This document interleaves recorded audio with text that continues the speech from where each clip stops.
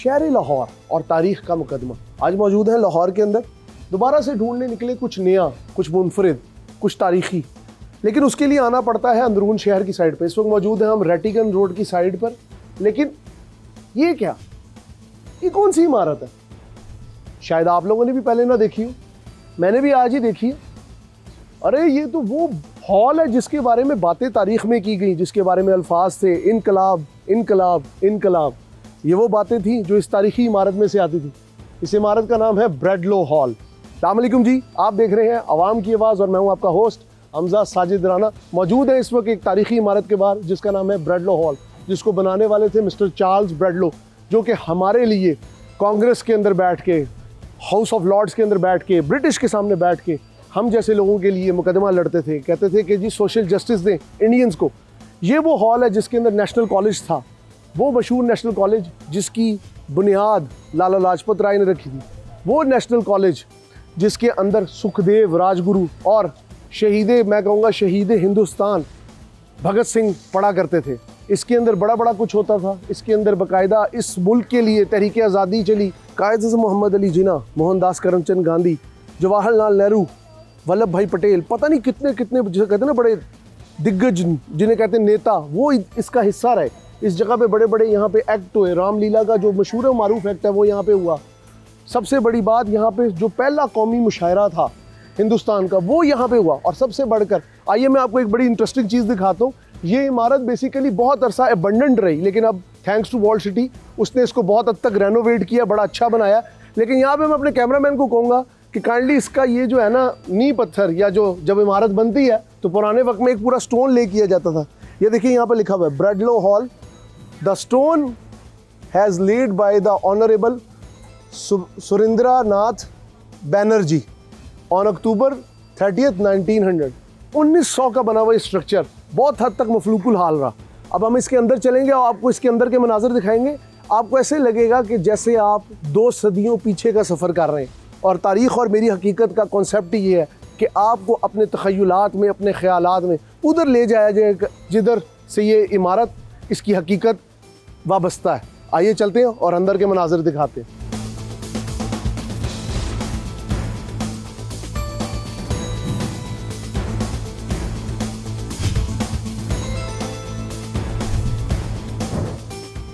इन इमारतों में जब आप आते हैं तो इधर आके आपको एक बड़ा रुमानियत का एहसास होता है। तारीख़ का ना ये पहलू ही ऐसा है।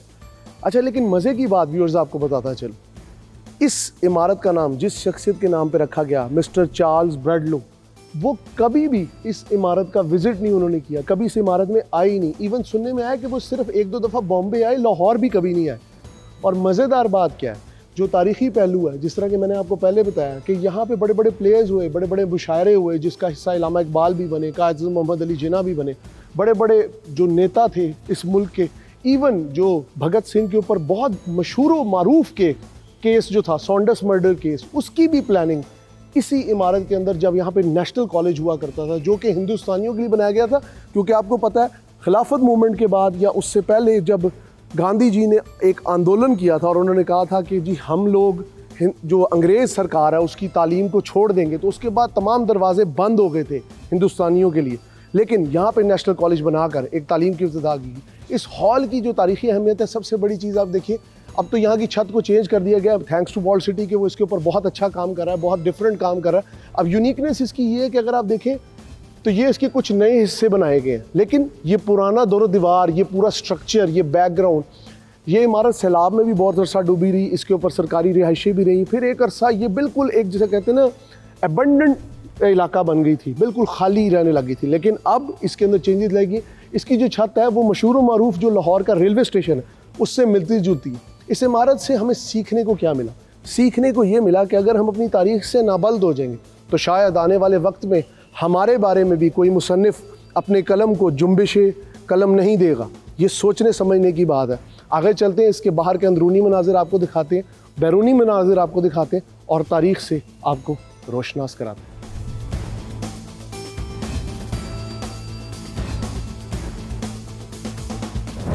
ये जो जिस्ती चादरें आपको पड़ी नज़र आ रही है, ये वो पुरानी छत है जो यहाँ पे पहले लगी हुई थी, लेकिन अब वॉल सिटी ने इसके ऊपर एक नई छत लगाई है।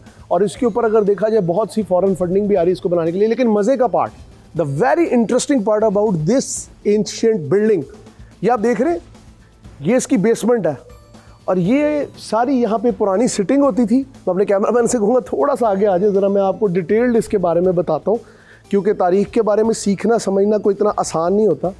अब ये देखें, ये नीचे ये इसके कमरे थे, लेकिन सबसे बड़ी बात, इन इमारतों में आके क्या महसूस होता है, इन इमारतों में आकर आपको एक बेसबाती महसूस होती है, आपको एक बेयकीनी फ़ील होती है, लेकिन साथ साथ जो ताबनाक माजी था और आने वाला मुस्तकबिल था, उसके बारे में आप फैसला कर सकते हैं। ये वही फट्टे हैं जिनके ऊपर बैठकर शोहरा आफाक रामलीला का पूरा यहाँ पे एक कहते हैं इतना खिड़की तोड़ रश था कि यहाँ पे जो हुआ था रामलीला का एक एक्ट, उसके बारे में पूरे हिंदुस्तान से लोग यहाँ पे आए थे। हिंदुस्तान की ये इमारत आज खामोश है, इसके ऊपर बहुत अच्छा काम भी चल रहा है, इसके बारे में एक पूरी सोच बनाई जा रही है कि यहाँ पे एक बड़ा मॉडर्न किस्म का ऑडिटोरियम बनाया जाए। लेकिन साथ साथ सोचने समझने की बात क्या है, दिल मेरा खामोश है, शायद इसीलिए अल्फाज मेरे पुरसोज हैं। जी रहा हूँ मैं उस लाहौर में जिसके दरों दीवार और इमारतें भी आज खामोश हैं। बहुत शुक्रिया, अपना बहुत सारा ख्याल रखें। प्रोग्राम आवाम की आवाज़ के साथ अपने होस्ट हमजा साजिद राना को इस तारीख़ी इमारत से इजाज़त दीजिए। अल्लाह हाफ़िज़ व नासिर।